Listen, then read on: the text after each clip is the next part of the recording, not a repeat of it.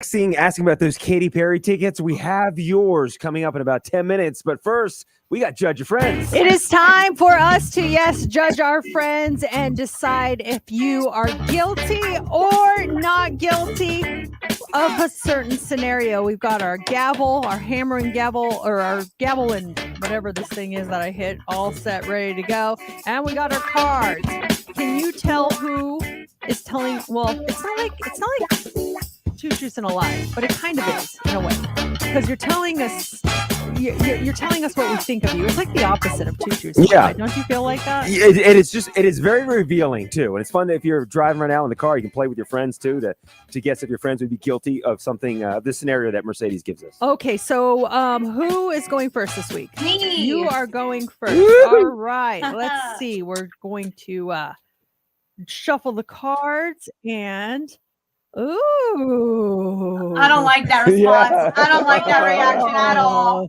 They're both good. There's two scenarios on each card. So, okay, let's go with the first scenario.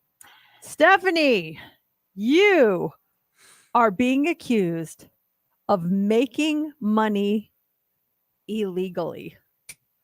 Are you guilty or are you not guilty? Well, I have to go first, huh? Oh, man. Oh, man. I'm going to say she's guilty. No. And let me explain. When we say illegal, that means what? You don't file taxes on it, or you don't claim it on your taxes. So I'm going to say that Steph has maybe been a babysitter and made money that way, and she was just paid straight cash. Did she claim it? No.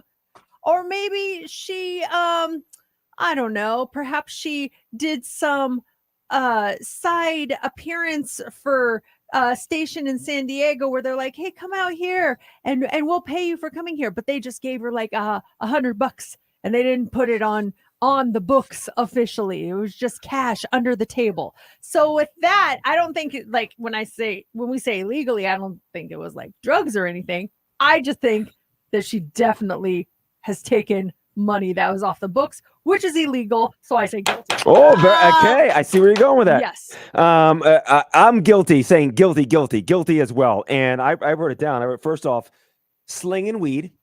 Oh, dang! JC just goes right to it. Oh my gosh! Maybe you got it from your brother, you had a friend that wanted it or something. Like, okay, Rebecca, give me some money. Or if not slinging weed, you had a party, underage, you had beer there, and you were taking money for people, your friends that were coming. You threw a party, and people were paying you to get in or to get that red Solo cup. Between $5 to get a cup, you still were making money. Everyone was underage. You guys were drinking. So cover charge at the house party. Cover charge at the house party or slinging weed. One of the two. Oh, my slinging weed. All right, so we got another guilty here. Yep. All right, Steph, please rise. You're being accused of making money illegally. Are you guilty or are you not guilty?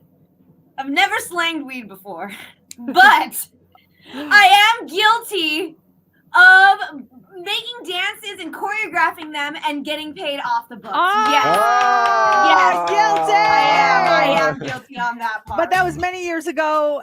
It's no longer a punishable offense. Yes, the statute of limitations has expired on that. Retired dancer and choreographer here, and no longer doing that type of illegal stuff. Mm-hmm. All right. You never slang weed? Darn it. No. Great assumption, though, JC. You would think of me like that. All right, here we go. I am up next, drawing a card here, and okay.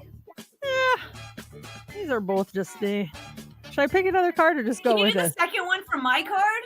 Do you still have that one? Was that a good one? Yeah, I could do that one. She said. Oh, okay, She said it was a good one. Yeah, I can do it. I mean, I don't know. I'll do the second one from your card. Okay. Mercedes, please rise. You are being accused of stealing someone's mail. Are you guilty? Or are you not guilty? Stealing someone's mail. JC, what do you think? So many different layers to these. an Amazon package comes, it's not for you. You open it up, or something comes in your mailbox, looks enticing, and you open it. Or do you go as like a kid? You went to someone's mailbox and just take something. I didn't see you doing that. I think they're along the way. I'm going to say, yeah. Like maybe like when you first moved out here, some catalog or something came your way, just something that was not intended for you, and you kept it. Absolutely. I think if an Amazon package came your way, you'd return it to the person. But maybe there was something that slid in there. I'm going to say guilty. You're guilty of stealing someone's mail. Not going to the mailbox and taking it, Yeah. but it came to you, and you didn't take the proper actions to return it to said person. You just kept it. Okay. Is that stealing though? If you know where the person lives, I mean, it was brought to you, and you see, this is Tom Smith, and he lives 5 houses up. I could easily deliver it to him, but instead, I'm going to keep this because I don't have this. Sounds like she's more lazy than Because I want to keep his Visa bill. I want it. Magazine or something. When magazines used to come in the mail. Yeah. Okay, fair enough. So you say guilty. On Yeah, that guilty. One. Yep. All right, Steph. What do you think? I have been accused of stealing someone's mail. Am I guilty or not guilty? I don't think that it was intentional stealing, and that's why I'm going to say not guilty. Yeah, it may have fallen in your lap and you may not have returned it, but I don't think you were intentionally stealing, so not guilty on my behalf. Not guilty. Okay. All right. The verdict is in. Mercedes, you're being accused of stealing someone's mail. I have had mail delivered to me that's not mine, but I always take it back to the mailbox. I'm not guilty. Not guilty. Not guilty. I've never honest. taken it, stolen it. You're guilty of being a good person. I know about that. Melissa said, what about those Bed Bath & Beyond coupons? I never stolen that from anyone else. I always got a ton of those myself, and they never expired, so they were fabulous. I love them. So there you go. Okay, JC, you are up next. Let's give it a little shuffle up a deal here. Hopefully nothing with Speedos. Oh gosh. Guilty. With pleasure. Let's see here. Okay. Let's go with the first one here. JC, please rise. You are being accused of lying on a job application.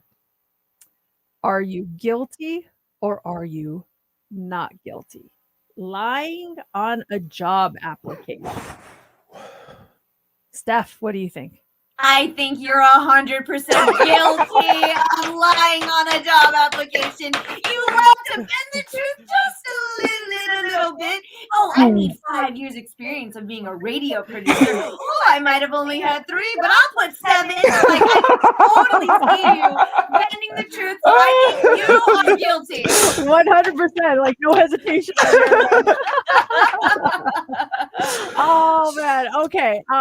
This is a tough one.